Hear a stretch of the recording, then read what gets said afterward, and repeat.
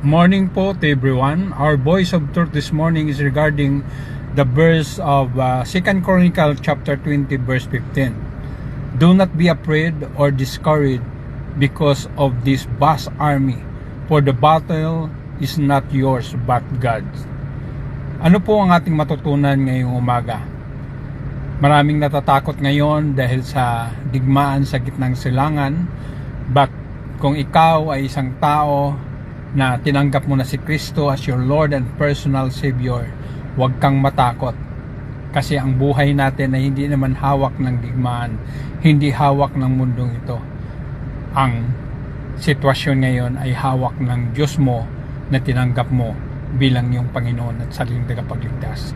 Kaya magtiwala sa Kanya, anuman ang mangyayari sa mundong ito, ikaw ay mayroon ng kasiguraduhan o assurance to enter the kingdom of heaven. Kaya magtiwala kay Jesus, sa Kanya lamang magtiwala.